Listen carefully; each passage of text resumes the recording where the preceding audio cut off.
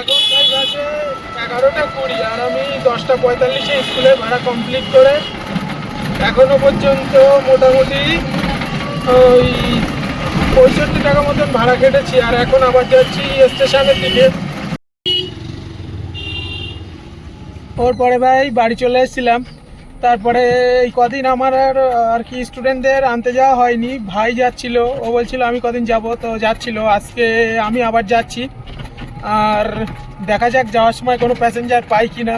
চল, বাড়ি থেকে বেরিয়ে ভাই জাস্ট কিছু দূর এসছি আর ওয়েদারের অবস্থাটা দেখো, ঝিরঝির বৃষ্টি। একটা প্যাসেঞ্জারও তো পেলাম না, তার উপরে আবার বৃষ্টি। একবার ভাই চেক দি যাও। সব মিলিয়ে আজকের কালেকশন এই যে 20, 24, 240 আর এই 5, 245।